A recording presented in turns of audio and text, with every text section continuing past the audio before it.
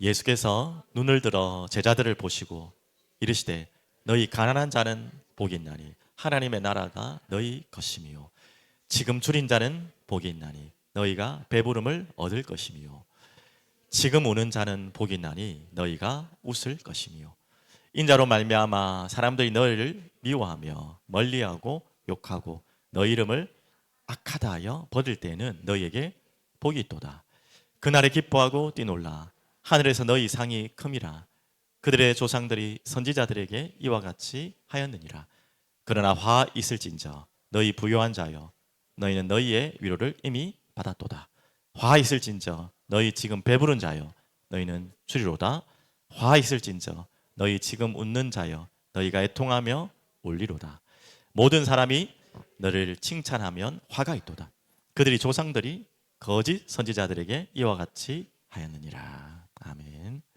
오늘 말씀 제목은 복이 있는 자입니다. 조금 더 뒤에 본문에 나오겠지만 정확하게 말하면 복이 있는 자들이죠. 예, 들인데 복이 있는 자.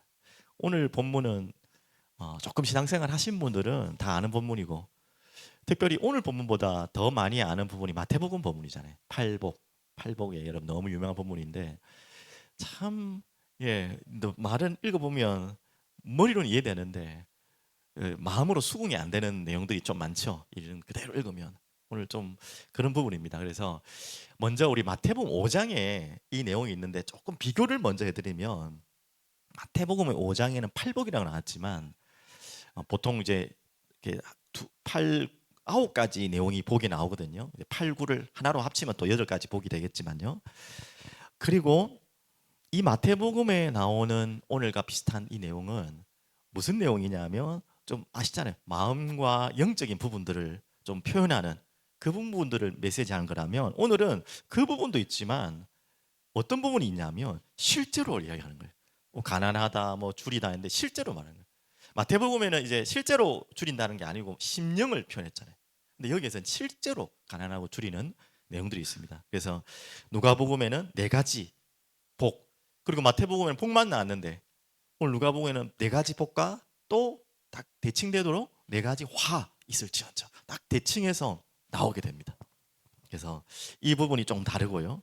오늘 잘 보셔야 되고 갑자기 이제 좀 뜬금없기도 하지만 다이어트 이야기가 이게 왜 나왔나 옆에 하겠지만 제가 이 본문을 읽으면서 좀 우스갯소리인지 모르겠지만 이 다이어트를 집어넣으니까 너무 이해가 되는 거 있잖아요. 처음에는 그래 뭐 무슨 말인지는 알겠고 마태복음의 내용과 또 연결되기 때문에 뭐 저야 알고 있었지만 처음 이 본문을 보는 분들은 전혀 생뚱맞고 안 맞는 말이잖아요. 아니 이게 말이냐? 가난한 자는 복이 있다? 무슨 의미는 있는 것 같은데 도대체 무슨 의미인지. 또 뭐 아시다시피 줄이는 자는 복이 있다. 우는 자가 또 복이 있다.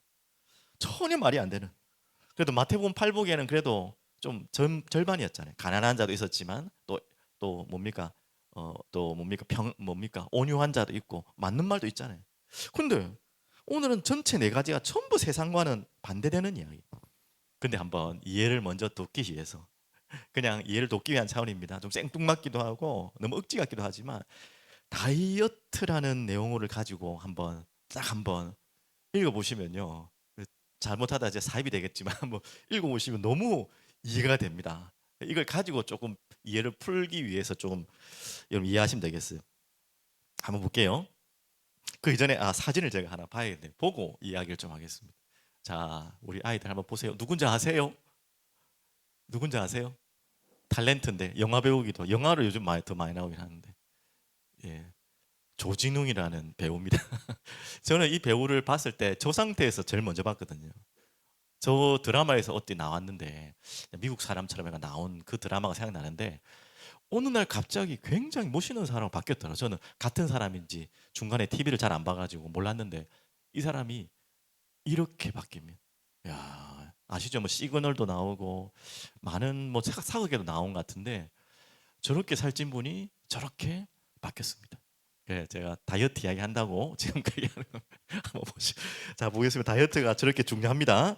자, 새해가 왔는데 또 여러분들 특히 남자분들도 있겠지만 우리 교회는 별로 그렇게 다이어트 할 분들이 안 보이는데 이 다이어트 새로운 해가 되면 이거 딱 작심하는 분이 많잖아요. 잘 안 되는 분도 많지만 참 중요하죠. 한번 우습지만 제가 읽어보겠습니다. 예수께서 눈을 들어 제자들을 보시고 이르시되 너희 가난한 자는 복이 있나니.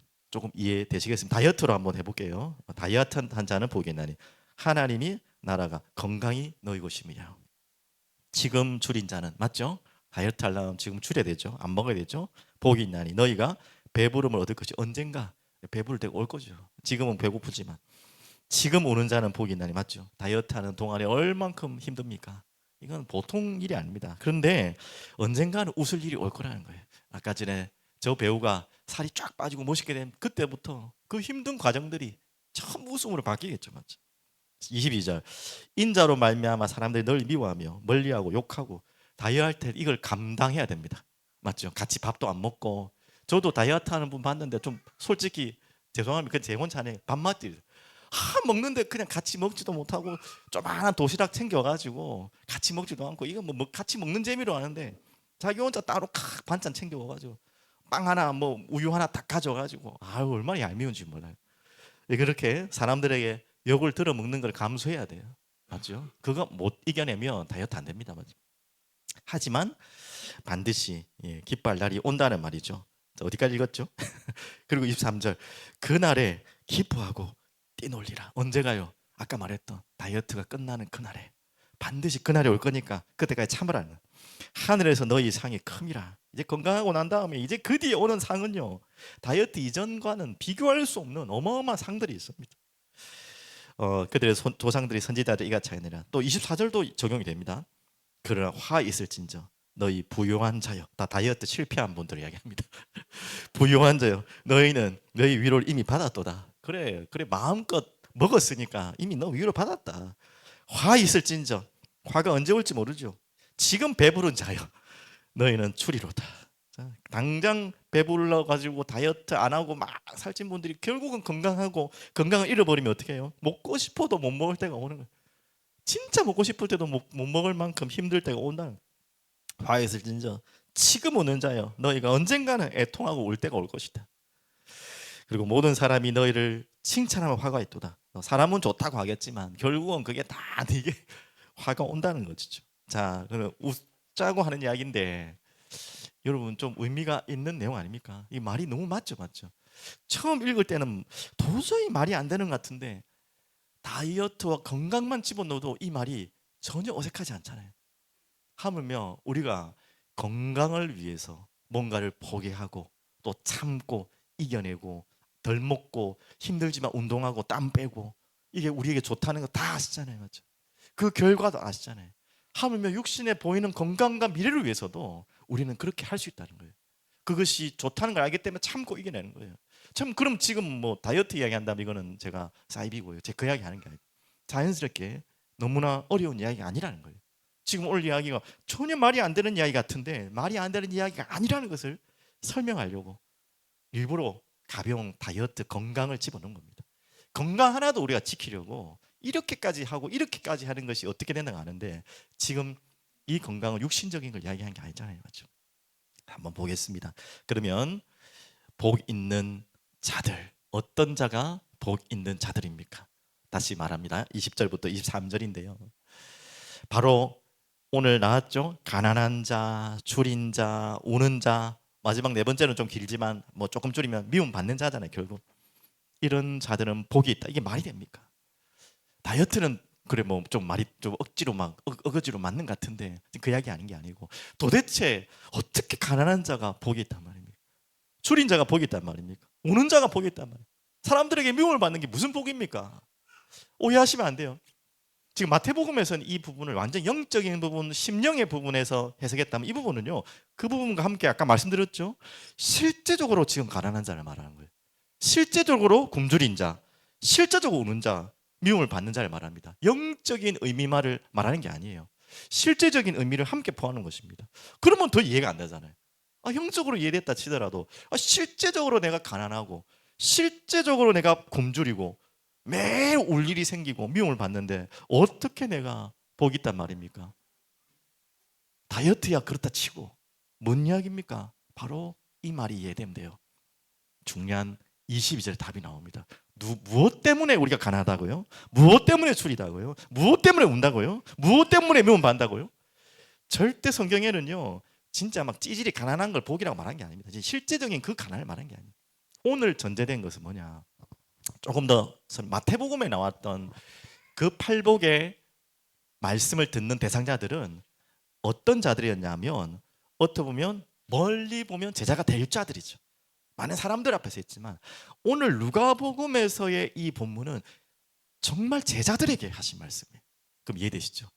그러면 무엇 때문에 가난해지고, 무엇 때문에 줄이고, 무엇 때문에 울고, 무엇 때문에 미움받는 자는 복이 있단 말입니까? 인자로 말미암아. 자, 이게 답입니다. 여러분이 정말 인자는 누군지 알잖아요. 예수 그리스도로 말미암아. 바로 그게 제자죠. 제자는 바로 그 삶입니다. 예수 그리스도 때문에 내가 제자의 삶을 살기 때문에 가난해진다. 그것 때문에 배고플 수 있다. 근데 지금 제자들의 현실이었거든요. 실제로 그래서 실제로 가난하고 줄이고 울 수밖에 없는, 미움받을 수밖에 없는 자리에 있었죠. 왜? 예수님이 그 자리를 걸어갔기 때문에. 분명히 여러분과 저희가 하물며 다이어트 건강 때문이라도 이것을 참고 이겨내는 것이 복이라는 걸 아는데, 그것이 아니고요. 우리는요, 예수 그리스도로 말미암아. 그 예수 그리스도로 말미암아라는 말이 뭔 말이죠? 그분이 십자가를 지신 삶이었잖아요. 그래서 우리가 십자가를 따라가는 삶, 그것으로 말미암아 가난하고 굶주리고 울고 미움받는 것 또한 그것이 복이다. 자, 여기에 여러분이 이제 도저히 전혀 수긍이 안 되는 부분이 아니죠, 맞죠? 당연한 것이죠. 그래서 예수님이 겪으시는 고난과 그 영광에 동참하는 자의 복을 이야기하는 것입니다. 그래서 쉽게 말하면 독립운동할 때 예전 우리가 그런 시대를 사신 분은 없겠지만, 얼마 전에 우리가 나라가 일본의 속국된 나라였잖아요. 거기에서 독립운동, 지금까지도 그 독립운동가들에 대한 영화들이 많이 나와요. 최근에는 안중근에 관한 영화가 지금 많이 나오고 있는데, 보십시오. 그 독립운동 하는 자도 보십시오. 그 나라를 독립시키기 위해서, 살리기 위해서 다 이 속으로 들어갔잖아요. 하물며 눈에 보이는 나라를 위해서도 그것이 자기에게 복인 것을 알고, 어떻게 보면 그런 분들 때문에 우리 후손들이 지금 대한민국이라는 나라에 살 수 있게 된 거 아닙니까? 맞죠? 그래서 그런 것을 통해 우리가 인자로 말미암아, 예수 그리스도로 말미암아 이렇다면 이거는 복이다라는 거예요. 가난 자체가 복이란 말이 아니에요. 그리고 또 있습니다. 이 끝이 아니죠. 또한 우리에게는 무슨 날이 있죠? 그 날에, 아까는 우리 다이어트 이야기했지만, 이제 살 빠지는 날이 다이어트 하는 분들에는 그 날이고, 건강을 잃었던 분이 건강을 회복하는 날이 그 날이라면, 이 그날은 무슨 날입니까? 바로 예수 그리스도가 통치하시는 그날. 이미 초림은 왔습니다. 예수님은 이미 오셨어요, 맞죠? 그래서 하나님 나라는 이미 도래했습니다. 하지만 다시 오실 것입니다, 예수님이. 그날을 우리는 기다리는 거죠. 이제 재림이 오시면, 예수님이 오시면 그 하나님 나라 완성되는 거죠. 그래서 누가복음 17장 21절에 이렇게 말씀하고 있어요. 또 여기 있다 저기 있다고도 못하리니 하나님의 나라는 너희 안에 있느니라. 이미 예수님이 오셨고, 예수님을 구주로 영접한 모든 자들에게 이미 하나님 나라가 임했어요. 그렇지만 또 우리는 어떻게 한다고요? 생각하건대 현재의 고난은 장차 우리에게 나타날 영광과 비교할 수 없도다. 예수님이 십자가를 승리하시고 부활하셔서 승천하신 것처럼 우리 또한 영원한 고난 가운데 끝이 아니라 영광 가운데서, 부활 가운데서 영원한 하나님의 나라가 이미 우리에게 예비되어 있는 것이죠, 맞죠? 그 나를 위해서 우리가 지금 조금 가난하다, 줄이다, 울고 있다, 미움받는다, 그게 뭐라고요? 그것 때문에 일하면 복 받는 거예요. 내가 그냥 게을러서 가난해지고, 내가 뭘 좀 잘못해가지고 줄이고, 그것이 복이라는 게 아니라 어떻게 보면 선택적인 가난이죠. 자발적인 가난이죠. 일부러 그 속으로 들어가는 것이죠. 왜? 그 나를 위해. 여러분 맞습니까? 예, 여러분 그런 은혜가 있길 바랍니다. 로마서 8장 18절에 말씀 나왔죠. 그리고 한 말씀만 더 드리면, 여러분 이 비밀을 아는 초대 교부죠. 가장 유명한 우리 어거스틴의 기도가 있답니다. 저도 최근에 알았는데 어거스틴 이런 기도를 했답니다. 뭐라고 기도했냐면, 주여 죽지 않도록 죽게 하소서, 이렇게 기도했대요. 참 똑똑한 분들은 말 어렵게 하는데 이해되셨죠? 맞죠? 주여 죽지 않도록 죽게 하소서. 죽지 않기 위해서는, 우리가 영원한 생명을 얻기 위해서는 우리가 죽어야 되는 것입니다. 예수님이 십자가에 죽으셔야지 부활이 있는 것처럼 우리 또한 예수로 죽어야지 또한 부활이 있다는 거죠. 그런 의미로 인자로 말미암아 그 날을 바라보며 우리가 죽는 것이 기쁘다는 것이죠. 그래서 주여 죽지 않도록 죽게 하소서. 참 의미 있는 고백이죠. 여러분에게 그 기도가 시작되길 바랍니다. 자, 이런 자들이 또한 선지자들의 특징이에요. 오늘 그 이야기죠. 23절에 그날에 기뻐하고 뛰놀라 하늘에서 너희의 상이 큼이라. 그날의 조상들이 선지자들에게 이가 같이 하였느니라. 그 모든 선지자들이 이 길을 걸어갔어요. 가난한, 줄이고 울고 핍박받는 자리에 일부러 걸어갔어요. 기쁨으로 갔어요. 왜? 그들에게는 그 날을 보는 눈이 있었죠. 그 날이 보였기 때문에 그 속으로 들어가는 것이 복이었어요. 그게 행복이었어요. 자, 그러면 두 번째로 반대로 또 얘기했습니다. 화 있는 자들 그랬죠. 화 있는 자들, 부요한 자, 또 배부른 자, 웃는 자, 모든 사람이 칭찬하는 자. 야, 이게 진짜 복인데 우리가 생각할 때 이게 진짜 복이라 생각하죠. 하지만 오늘 말씀에는 반대로 이런 자들이 화 있는 자들이라 그랬어요. 도대체 왜 부요한 게, 지금 배부른 게, 웃는 게, 모든 사람한테 칭찬받는 게 화 있다고 합니까? 복 있다고 하지 않고.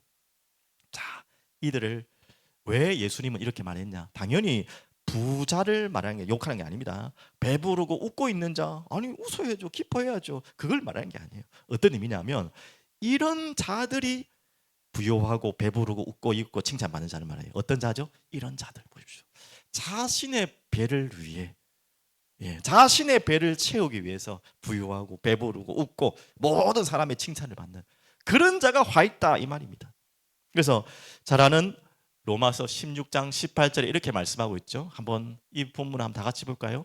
이 같은 자들은 우리 주 그리스도를 섬기지 아니하고, 이게 목적이 아니에요. 그리스도를 섬기기 위한 목적이 아니에요. 그게 아니고 다만 자기들의 배만 섬기나니 교활한 말과 아첨하는 말로 순진한 자들의 마음을 미혹하느니라. 그래서 자기의 배를 채우기 위해서 교활한 말로, 아첨하는 말로 순진한 자들의 마음을 미혹해서 자기 배를 채워나가는 이런 자들을 지금 뭐라고요?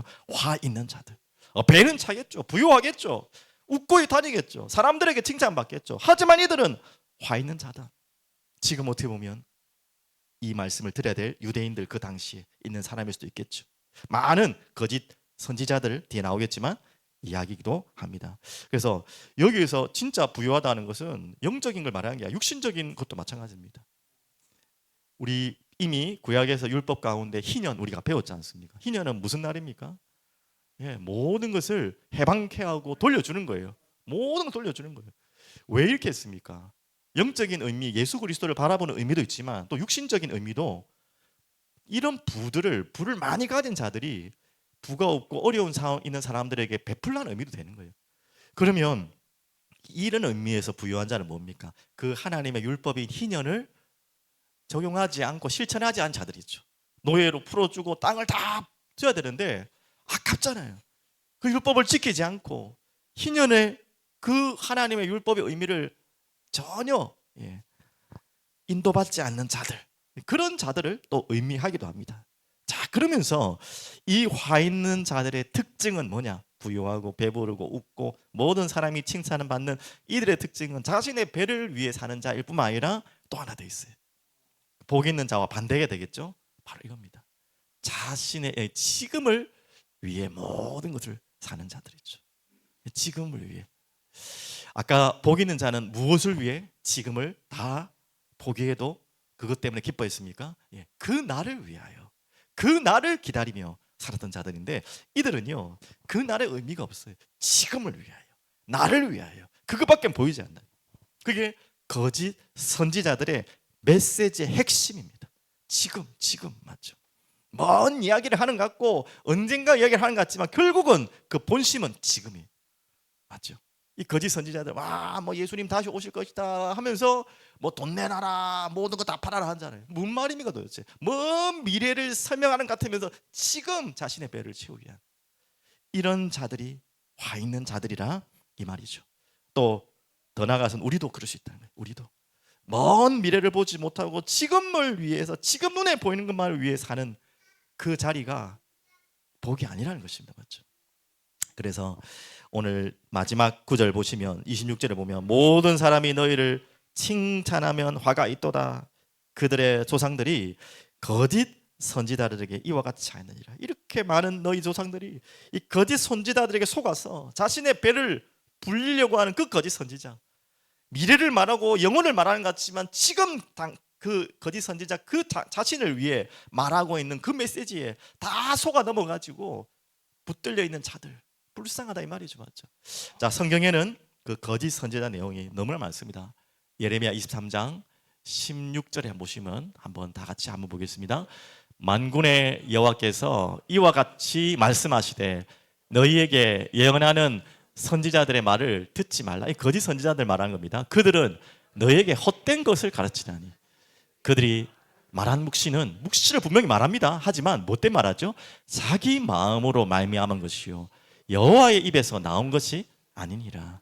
분명히 묵시같이 뭔가 신비로운 것을 밝혀주고 깨닫게 하고 우리가 몰랐던 것을 막 풀어주는 것 같고 보여주는 것 같은데 알고 보니까 뭐예요? 자기 마음으로 말미암은 것이요 여호와 입에서 나오지 않은 자기를 위한 그 메시지를 하는 자들이 있다는 거죠. 이 자들에게 화 있다 그런 것입니다. 자기 배를 불리는. 그러면서 마태복음 7장 15절에 이렇게 나옵니다. 거짓 선지자들을 삼가라. 자, 겉으로는 양의 옷을 입고 있어요. 그래서 우리가 구분하기 잘 어려워요. 너무나 바른 것 같고 깨끗한 것 같지만 아니에요. 너에게 나오나 속에는 노략질하는 일이라. 너무 좋은 메시지로, 좋은 달콤한 메시지로 우리에게 나오지만 알고 보니까 그 속에는 노략질하는 일이라. 그러면서 사랑하는 우리 베드로후서 2장에 보면 이렇게 나옵니다. 그러나 백성 가운데 또한 거짓 선지자들이 일어났나니 이와 같이 너희 중에도 거짓 선생들이 있으리라. 그들은 멸망하게 할 이단을 가만히 끌어들여 자기들을 사신주를 부인하고 임박한 멸망을 스스로 취하는 자들이라. 그러면서 2절에 여럿이 그들의 호색하는 것을 따르려니 자기도 그 속으로 들어가고 많은 자들을 그로 이끌고 가고 이로 말미암아 진리의 도가 비방을 받을 것이요. 그렇게 해서 진리를 주장하는 교회가 욕을 먹고 그렇게 함께 정말 세상에 부끄러움을 당하는 그 길로 계속 인도한다는 거죠. 거짓 교사들 그리고 거짓 선지자들이. 그러면서 3절에는요. 그들이 못된 말을 저죠. 탐심으로써 지어낸 말을 가지고 너희로 이득을 삼으니. 참 웃기죠. 그렇게 구슬리고 아름다운 말같이 우리를 힘주고 기분 좋게 하는 말 같은데 알고 보니까 이득을 삼으니 그들의 심판은 옛적부터 지체하지 아니하며 그들의 멸망은 잠들지 아니하니라. 이렇게 거짓 선지자들이 정말 칭찬을 받으며 모든 사람에게 칭찬을 받으며 떠받침을 받으며 그렇게 받는데 결국 알고 보니까 그래서 그 거짓 선지자를 막 섬기고 하는 거예요. 너희 조상들이 그렇게 했다. 이런 거짓 선지자의 대표적인 인물이 여러분 많이 있겠지만 저 아방 시대 때 여러분 뭐 옛날 열왕기서의 말씀 보셨겠지만 미가야와 시드기야 있잖아요. 아시지 않습니까? 이 미가야가 정말 바른 말을 하는데 아시잖아요. 아방이 이제 그 여호사밧과 전쟁에 가려고 할 때 이 미가야 선지자를 불러와서 지금 이 전쟁을 가야 되냐 안 가느냐. 아방이 처음에는 거부했죠. 이 인간은 맨날 기분 나쁜 소리만 하고 안 좋은 소리, 부정적인 소리만 한다. 안 부르려 하다가 여호사밧이 그래도 믿음의 사람이기 때문에 불러서 미가야를 부르는데 뭐라고 하죠? 처음에는 바른 말 안 하다가 결국 바른 말 합니다. 하지만 그 옆에 시드기야라는 또 다른 거짓 선지자와 또 그 무리들은 뭐라고 합니까? 절대 죽지 않습니다. 아방 승리합니다. 어떻게 보면 거짓된 영에 속아서 이 시드기야가 그렇게 말하죠. 결국은 이 거짓 선지자의 말을 듣고 아방은 출전하게 되고 그 전쟁이 아방의 마지막이 되죠. 무슨 말인지 알겠죠? 너무 좋은 말, 맞는 말, 우리가 듣고 싶은 말을 기가 막히게 하니까 그 말만 듣고 싶은 거예요. 악한 자들은 그런 말만 듣고 싶어요. 그러면서 또 우리가 잘 아는 예레미야, 너무 잘 아는, 그리고 하나냐라는 선지자가 나옵니다. 예레미야가 우리가 현실적으로 지금 볼 때는 예레미야 말이 틀린 것 같아요. 바벨론에 지금 포로되고 끌려가고 다시는 돌아오지 못할 것이다. 뭐 70년 이후에 돌아올 거란 말이지만 지금 당장 못 돌아올 것이다. 예레미야는 눈물로 호소하고, 그래서 바벨론에게 자꾸 적대시하면 안 된다. 어떻게 보면 뭐 친 바벨론파처럼 막 이야기를 해요. 그때 하나냐가 얼마나 희망의 메시지를 줍니까? 아니다. 다 돌아올 것이다. 다 가지고 돌아올 것이다. 누구 말을 듣고 싶어요? 저 같아도 하나냐 말 듣고 싶습니다. 하나냐가 애국자 같아요. 하나냐가 진짜 뭔가 이 의리가 있고 뭔가 사람 같아요. 그런데 결국은 예레미야까지도 그 말을 했어요. 하나냐에게. 하나냐, 당신의 말이 맞기를 원한다. 하지만 아니다. 나도 그렇게 되기를 원해. 하지만 아니다. 끝까지 이 싸움이었죠. 결국은 안타깝지만 예레미야 말대로 다 됐지 않습니까? 그것처럼 우리가 맞는 말 같고 너무 나에게 좋은 말 같지만 거짓 선지자가 있고요. 이거 틀린 말 같고 나를 힘들게 하는 말 같고 아닌 말 같지만, 그래서 다 욕하죠. 예레미야 다 욕했잖아요. 다 정신 나갔다고 잡아 죽이려고 했잖아요. 하지만 맞는 말일 수 있는 것입니다. 우리가 분별하는 게 그만큼 중요하죠. 맞죠? 오늘 그 이야기를 하는 것입니다. 무엇이 복인지 무엇이 화가 안 되는지. 오늘 뭐 간단하게 설명드렸지만 이해되신 줄 믿고요. 그 마지막 결론으로 말씀드릴게요. 여러분에게 질문 드립니다. 예전에 제가 청소년 때 읽었던 책인데 저자가 생각이 안 나는데 제자입니까? 라는 책을 한번 읽은 기억이 납니다. 너무 어렸을 때 읽었는데 감동이 되었거든요. 아, 제자의 삶을 살고 싶다라는, 지금은 그 생각밖에 안 나요. 그 책을 읽으면서. 맞죠? 여러분께 질문 드립니다. 오늘 이 마태복음의 팔복의 메시지는 제자가 아닌 자들도 들을 수 있는 메시지고 들어야 될 메시지, 제자가 될 수 있는 자들의 메시지라면, 오늘 누가복음의 6장에 읽었던 본문은 정말 제자만이 들을 수 있는 메시지입니다. 여러분이 오늘 이 메시지를 들으면서 이제 이해는 됐잖아요. 제가 그래도 설명을 잘 한 것 같아요. 다이어트라는 좀 이게 좀 이야기를 통해서 한 것 같은데, 설명은 이해될 수 있죠. 설명은 이해되지만 중요한 거는 설명의 이해가 아니라 동의가 되냐 이 말이에요. 여러분 정말로 예수님 때문에 인자를 위해서, 그날을 위해서 가난 속으로, 굶주림 속으로, 우는 자의 자리 속으로, 핍박받는 자리 속으로 들어가시겠습니까? 들어갈 수 있겠습니까? 여러분 거기에 동의하시겠습니까? 마음이 거기에 아멘 하시겠습니까? 이론은 맞고 이 말은 이해는 되는데, 그 말 하려고 하는구나, 이게 말도 안 되는 얘기는 아니긴 아니네, 말은 되네 정도가 이해되셨습니까? 아니면 이해를 끝나 정말 내가 여기에 동의하시고 아멘 하십니까? 이 차이가 있거든요. 맞죠? 오늘 새로운 문제 아멘 했지만 진짜 심령으로 여러분 마음속에 이게 아멘이 되십니까? 이 부분을 여러분 정말 기도하겠습니다. 그래서 혹시나 이해는 되지만 동의가 되지 않으신 분에게는, 아멘이 진짜 되지 않으신 분에게는 간구하십시오. 하나님 나에게 은혜를 부어달라고. 은혜는 각자 개인마다 다양한 것 같아요.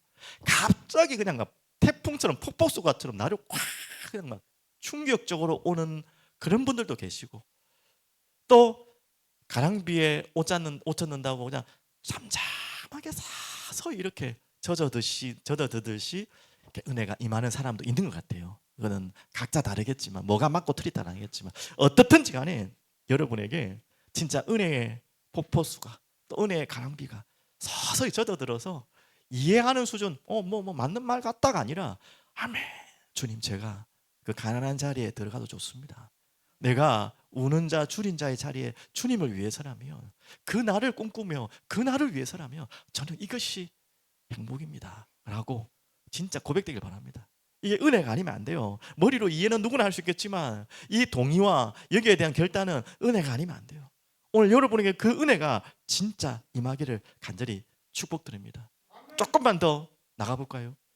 여러분에게 이 이해 말고 동의가 되지 않고 마음의 결단이 되지 않는 분들은 조금 위험한 말일 수 있겠지만, 내가 정말 구원받았는지를 점검하고 의심할 수 있습니다. 당연히 내가 구원받았지만 은혜가 좀 이렇게 좀 우리가 잊어버리거나 놓칠 때 이게 동의가 되지 않고 결단되지 않을 때도 있죠. 그거 말고 나는 단 한 번도 예수를 믿는데 그 순간만큼이라도 나는 주님을 위해서 가난해져도, 나는 줄여도, 나는 핍박받아도 괜찮습니다, 순간적이지만 그런 순간이 한 번도 없었던 분이라면 여러분 구원을 저는 의심해 봐야 된다고 생각해요. 그냥 내가 예수 믿으니까 좋다고 하니까 아, 그래, 예수 믿으니까 병도 난다고 그러고 어려움도 해결된다 그러고 또 내 마음의 불안함과 두려움도 떠난다고 하니까 그래 뭐 믿으면 좋겠지. 그것도 하나님 은혜지만요, 그걸세만 머물러서 예수를 믿다면 제자와는 상관이 없고요, 더 조금 더 나가면 여러분 혹시나 그것이 구원의 길이 아닐 수도 있습니다. 하나의 그냥 종교의 하나의 선택일 수 있어요. 정말 예수를 성령으로 감동으로 여러분 마음에 빛이 임했다면 한순간만이라도 이 고백이 되어야 돼요. 맞습니다, 주님. 나 주님을 위해 살고 싶습니다. 주님 때문에 가난해지고 핍박을 받고 줄이고 날마다 울어도 상관없습니다. 우리가 은혜가 떨어질 때는 이 고백이 안 될 수 있지만, 은혜와 멀어질 때는 그럴 수가 있지만, 그 말이 아니라 한 번도 단 한 번도 나는 그런 고백을 한 적이 없습니다. 한 분들은 구원을 점검하셔야 돼요. 정말 구원 안 받은지도 모릅니다. 다시 한번 주님 앞에 나와 간절히 간구하셔야 돼요. 진짜 성령님의 감동으로 주님의 빛이 임하도록. 저는 그렇게 여러분께 말씀드립니다. 그러면서 오늘 중요한 제자입니까의 사역 가운데 한 가지만 성경 구절 몇 구절만 드리면 여러분에게 이 고백이 있길 바랍니다. 자, 선택이죠. 오늘 복과 화 두 가지를 딱 정말 너무 선명하게 네 가지씩 말씀 나왔습니다. 그리고 이 두 가지를 설명하면서 제자들에게 뭘 말하는 거죠? 선택하라는 거예요. 선택하라. 여러분에게도 마찬가지입니다. 선택하라. 뭐 선택할 거냐? 복을 선택하시냐, 화를 선택할 것이냐? 이거 뭐 선택하겠습니까? 당연히 복을 선택해야 되는데, 복을 선택하는 결과는 알잖아요. 뭐 해야 되죠? 가난하고 줄이고 울고 핍박받아야 돼요. 그래도 복을 선택할 거냐 이 말이에요. 그래도 화를 입는데 뭐라고 합니까? 배부르고 부유하고 칭찬받고. 여러분 뭘 선택하고 싶겠습니까? 진짜 예수를 만나지 않은 자는요, 두 번째 거 선택할 수밖에 없어요. 배부르고 내가 등 따시고 내가 칭찬받고 그걸 선택할 수밖에 없죠. 진짜 예수를 만난 자는요, 첫 번째 걸 선택하는 거예요. 그 이야기죠. 15절 다 함께 보겠습니다. 만일 여호와를 섬기는 것이 너희에게 좋지 않게 보이거든 너희 조상들이 강 저쪽에서 섬기던 신들이든지 또는 너희가 거주하는 땅에 있는 아모리 족속의 신들이든지 너희가 섬길 자를 오늘 택하라. 오직 나와 내 집은 여호와를 섬기겠노라. 이 여호수아의 마지막 어떻게 보면 죽음 앞에서의 고백이나 마찬가지죠. 자, 저 강 옆에 있던 조상들이 섬기던 거 어떻게 보면요, 영적으로 하고 결국은 멸망할 것이지만 육신적으로는 복이거든요. 세상 사람들이 말 때는 복이거든요. 막 잘 되기 위해서 하는 거거든요. 그걸 선택하겠냐? 그게 아니고 지금 여호와 한 분만을 섬긴다는 자체가 당장은 굶주리고 배고프고 힘들 수 있겠지만 그걸 선택하겠냐? 지금 그 이야기 아닙니까? 이것도 저것도 다 선택하고 싶죠. 그건 없다는 것입니다. 무엇을 택하겠냐? 택하라. 그 이전에 율법의 신명기에서 계속 말씀하고 있습니다. 선택의 기준은요, 복과 화를 말하지만 결국 그 복과 화는 생명이야 사망이라 말하는 겁니다. 그러니까 잘 먹고 잘 사는 걸 원하느냐, 좀 굶주리는 걸 원하느냐, 그걸 선택하라는 말이 아니에요. 보십시오. 보라, 내가 오늘 뭘 선택하라고요? 생명과 복, 이건 좋은 것이죠. 사망과 화를 내 앞에 두었나니. 자, 두었어요. 여러분 무엇을 선택할 것입니까? 곧 내가 오늘 내게 명령한 내 하나님 여호와를 사랑하고 그 모든 길로 행하며 그의 명령과 규례와 법도를 지키라 하는 것이라. 그리하면 내가 생존하며 번성할 것이요 또 내 하나님은 여호와께서 내가 가서 차지할 땅에서 내게 복을 주실 것입니다. 17절 그러나 내가 만일 마음을 돌이켜 듣지 아니하고 유혹을 받아 다른 신들에게 절하고 그를 섬기면, 이렇게 계속 세상적인 복으로 뭔가 유혹으로 여러분을 끌고 갈 거라니까요. 자, 그러면 18절 내가 오늘 너희에게 선언하노니 너희가 반드시 그것으로 끌려가면 결국 그것이 화라는 거죠. 망할 것이라. 너희가 요단을 건너가서 차지할 땅에서 너희의 날이 길지 못할 것이라. 19절 중요합니다. 내가 오늘 하늘과 땅을 불러 너희에게 증거를 삼노라. 내가 잘 보십시오. 생명과 사망, 이게 두 가지죠. 복과 저주를 네 앞에 두었은즉 너와 내 자손이 살기 위하여 무엇을 선택하라? 생명을 택하고 내 하나님 여호와를 사랑하고 그의 말씀을 청종하며 또 그를 의지하라. 그는 내 생명이시요 내 장수이시니 여호와께서 내 조상 아브라함과 이삭과 야곱에게 주리라고 맹세하신 땅에 내가 거주하리라. 자, 이미 이 이야기는 예수님이 갑자기 나온 말이 아니라 구약에서부터 이스라엘 백성들에게 계속해서 했던 말입니다. 무엇이 너에게 생명을 주고 복을 주시는지, 무엇이 너를 사망과 화를 주는 것인지 두 가지를 극명하게 보여주고 선택하라. 그러면서 그리심산 또 에발산에 올려가지고 복과 저주를 선포하는 내용들이 나오잖아요, 맞죠? 우리는 계속 선택의 연관 속에 있습니다. 눈에 볼 때는 그 화가 복처럼 보이고요, 눈에 볼 때는 그 복이라고 하는 것이 저주처럼 보이지만 그게 아니라는 것이죠. 무엇을 선택하겠느냐? 오늘 여러분에게 결단하라 말씀하고 계십니다. 자, 갑자기 또 사진 하나 나왔습니다. 이 사진은 뭐 대충 이해되시죠? 무슨 사진인지? 같은 분입니까? 다른 분입니까? 네, 같은 분이에요. 네, 왼쪽의 사진은 다이어트 하기 전이고 이후의 사진은 다이어트 한 이후에 청바지가 절반이 돼버렸어요. 청바지가 절반이었습니다. 뭐 저 정도 분이야 건강을 위해서도 또 뭔가 또 외모를 위해서도 충분히 다이어트 해야겠죠. 근데 다음 사진을 보면 조금 충격적인 사진이 나옵니다. 자, 보십시오. 자, 이분은 몸무게가 300kg가 넘는 분이죠. 뭐 비아냥거리고 비웃을 마음은 절대 없고 그걸 위한 게 아니에요. 앞에 분도 당연히 다이어트를 해야겠지만 지금 이분은요 다이어트를 하지 않으면 뭐가 되는 거죠? 사망입니다. 이거는 그냥 하나의 내 외모를 가꾸기 위해서 남들에게 잘 보이기 위한 다이어트도 있지만 뭐 연예인들이 하는 뭐 연기를 위해서, 아까 조진웅 그 배우도 연기 때문에 살을 빼고 찌고 한다더라고요. 뭐 그런 다이어트는 자기 직업상 하는 거고, 지금 저런 분들에게는 다이어트가 필수입니까? 아니면은 그냥 옵션입니까? 맞죠? 안 하면 안 돼요. 자, 그런데 자, 그 다음 사진, 감사한 사진 하나 보여드리겠습니다. 자, 이분 이렇게 됐어요. 예, 거의 200kg 이상을 뺐어요. 말이 안 되죠, 맞죠? 진짜로. 그래서 뭐 밑에 사진은 오드리 헵번인데 살을 빼니까 외모까지도 오드리 헵번 닮았다고 이렇게 나오는, 제가 그 인터넷 그 검색에서 봤는데요. 이런 분들은 다른 거예요. 미용의 목적, 단순하게 남들에게 잘 보이기 위한 목적, 뭔가 좀 쾌적한 삶을 위한 목적의 다이어트가 아니라 이분에게는 뭔 다이어트죠? 죽고 사느냐의 다이어트예요. 참 감사한 것은 이분이 혼자서 이 힘을 안 돼서 사랑하는 그 애인이 있는데요. 좀 죄송한 말이지만 그 몸에 사랑하는 분이 있었대. 끝까지 포기하지 않고 그 남자친구가 끝까지 도와준 거예요, 옆에서. 그래서 저렇게 살을 뺀 거예요. 그리고 가족들이 끝까지 포기하지 않고, 혼자서는 안 되거든요. 그래서 200kg 정도를 뺐다고 합니다. 어마어마한 이야기죠. 자, 저분에게는 다이어트가 그냥 단순한 것이 아니죠. 그냥 외모를 위한, 뭐 조금 건강을 조금 유지하기 위한 그게 아니에요. 안 하면 죽는 상황에서 적된 것입니다. 자, 제가 왜 이야기를 합니까? 제가 영적 다이어트 이야기하면서 이야기하는 것입니다. 그냥 우리가 살 빼자는 이야기하는 것이 아니라 우리에게 아까 말했던 선택하라 했잖아요. 복과 화 중에 선택하라 했잖아요. 다이어트 연결하는 것입니다.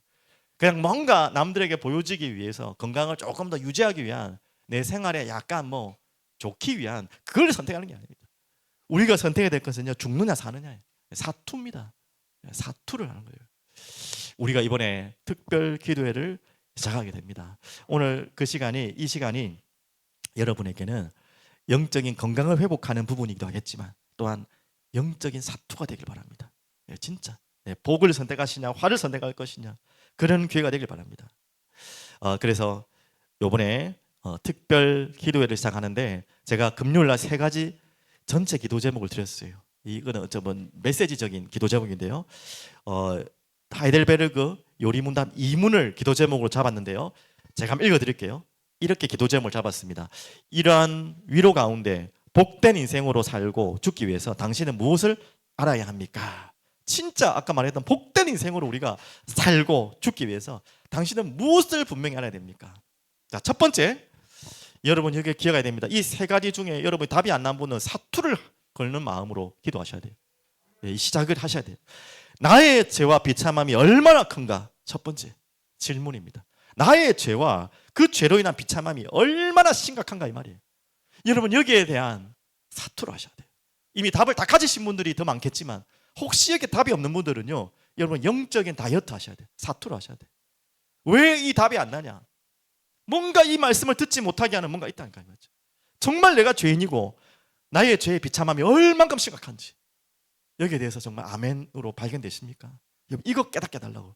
두 번째는요, 그래서 나의 모든 죄와 이 비참한 이 심각함에서 어떻게 구원을 받을 것인가 이미 알고 있잖아요. 예수 그리스도. 정말 예수 그리스도만이 나의 이 심각한 죄와 그리고 이 사단과 이 지옥과 사망의 권세에서 해결할 줄 유일한 구원자 메시아 맞습니까? 거기에 대해서 여러분이 진짜 사투를 부르셔야 돼요. 이거는 뭐 알면 좋고 뭐 좀 모르면 뭐 좀 손해 보는 그런 이야기 하는 게 아니에요. 여러분에게 다 시간표 다 할 겁니다. 단순히 지금 영적 다이어트하고 좀 건강 관리를 해야 될 분이 있고 내가 죽고 사느냐의 문제를 가지고 기도해야 될 분이 있을 거예요. 그건 여러분도 모를 수도 있습니다. 여러분이 모른다면 누군가가 기도하셔야 돼요. 여러분 이번 특별 기도회가 짧게 5일밖에 안 되지만 여러분 진짜로 영적으로 건강함을 다시 회복할 분도 있고요. 새로 시작해야 될 분도 있어요. 그건 저도 모릅니다. 여러분 하나님 앞에서 기도하셔야 돼요. 그러면서 세 번째, 그러한 구원을 주신 하나님께 어떻게 감사를 드리는 삶을 살아야 될 것인가가 이 세 번째 이 세 가지 기도 제목입니다. 어떻게 보면 성경에 나온 전체 내용이기도 하죠. 내 죄가 얼만큼 심각한지, 그리고 여기에서 빠져나올 유일한 답이 누구이신지, 그리고 그 답을 가진 자는 어떻게 살아야 되는 것인지, 이 세 가지에 대해서 여러분이 정말 간절하게 기도하시고 사토하는 여러분 되시길 바랍니다. 그래서 진짜 우리는 기도해야겠습니다. 여러분 교회는 뭐 하는 집이라 했죠? 네, 다 아시죠? 예수님이 직접 말씀하셨죠? 만민이 기도하는 집이다 나 말씀하셨어요. 그러면서 그 뒤에 뭐라고 말했죠? 왜 너희들은 강도의 속을 만드냐. 그 말은 기도하는 집이 되지 못한다면 교회는 뭐가 될 수 있다는 말입니까? 강도의 속, 뭐 무시무시한 어마어마한 이야기지만 그렇게도 될 수 있다는 것입니다. 교회는요 기도하지 않는다면 아무 의미 없는 거예요. 예수의 이름으로 오늘 사투를 불려야 돼요. 진짜로. 그래서 정말 우리가 기도하면 좋지 뭐 기도하면 뭐 그게 아니에요. 기도하지 않으면 강도의 속이 될 수 있어요. 교회도 그렇고 여러분의 마음도 그래요. 여러분의 마음이 기도한다면 진짜 하나님의 전이 되겠지만 기도하지 않는다면 강도의 소굴이 될 수 있다는 거예요. 강도가 빼앗아가는 뭔가 침략하는 그 소굴이 여러분의 마음도 될 수 있다는 거예요. 이만큼 기도는요 해도 되고 안 해도 되는 것이 아닙니다. 구원받은 자는 반드시 할 수밖에 없는 것이고 해야 되는 것입니다. 이런 마음으로 이번에 기도회를 여러분 좀 마음 가졌으면 좋겠어요. 시작하시면 좋겠어요. 5일이 끝나는 게 아니라 5일이 시작입니다. 항상 그렇지만 그래서 누가복음 21장 34절 37절 제가 성경을 찾았는지 모르겠는데요. 안 찾아놨네요. 한 번만 이 말씀 보겠습니다. 누가복음 찾아놨으니까 21장 뒤에 한번 보겠습니다. 우리가 이번 기도회를 이런 마음으로 준비하시면 좋겠습니다. 21장 34절 찾으셨습니까? 예, 다 같이 보겠습니다. 너희는 스스로 조심하라. 그렇지 아니하면 방탕함과 술 취함과 생활의 염려로 마음이 둔하여지고 뜻밖의 그 날이 덕과 같이 너희에게 임하리라. 이 날은 온 지구상에 거하는 모든 사람에게 임하리라. 이러므로 너희는 장차 올 이 모든 일을 능히 피하고 인자 앞에 서도록 항상 기도하며 깨어 있으라 하시니라. 그러면서 37절 예수께서 낮에는 성전에서 가르치시고 밤에는 나가 감람원이라는 산에서 쉬시고 마시잖아요. 이 예수님조차도 그렇게 완전한 그분조차도 밤새도록 기도하시고 낮에는 사역하시고 밤에는 기도하시고 그 바쁜 여정 속에서도 그 기도를 포기하지 않으셨어요. 오늘 우리에게 우리 교회에게 여러분 개인에게 오늘 기도하는 집의 축복 누리길 바랍니다. 아니면 뭐라고요? 강도의 소굴이 될 수 있다는 거예요. 이거는 선택의 기준이 아닙니다. 그래서 뭐 더 구체적으로 말씀드리면 지금 이 나라와 이 민족이 얼만큼 위기에 있습니까? 정말 기도하셔야 돼요. 같이 우리가 지금 이 기도회를 하는 중요한 시간표에 이 나라와 민족은 지금 풍전등화의 위기 속에 있어요. 진짜 기도하셔야 돼요. 그래서 이 나라를 살릴 수 있는 답은 교회밖에 없어요. 이 나라가 시작된 것도 교회로 시작된 거 아닙니까? 이 나라가 교회로 시작된 나라예요. 여러분 잘 모르시겠지만 맞죠? 그래서 우리가 교회로 다시 회복돼야 됩니다. 그래서 진짜 구원받을 영혼을 위해서도 기도해야 됩니다. 진짜 사투를 하는 마음으로 이런 기도로 여러분 하나님 앞에 나가시기 바랍니다. 그러면서 좀 광고해 드리겠지만 요한복음 읽고 암송하고 함께 나누는 그런 시간 되기를 간절히 축복드립니다. 기도하겠습니다. 전능하신 주님 감사합니다. 우리를 또 우리 교회를 우리 각자를 정말 중요한 시간 속에 환경 속에 지나가게 하심을 보게 하시고 또한 이때에 무엇을 해야 될지 알게 하심을 감사합니다. 하나님 우리에게 주님이 원하시는 복된 자들의 삶을 걸어가게 하여 주시옵소서. 주님 은혜를 허락하셔서 이번 특별기도를 시작합니다. 오늘부터 시작된 이 특별기도회가 우리 모든 개인과 교회에 정말 영적인 다이어트하는 사투를 벌이는 귀중한 날 될 수 있도록 주님 은혜와 힘을 부어 주시옵소서. 감사드리며 살아계신 예수 그리스도 이름으로 기도합니다. 아멘.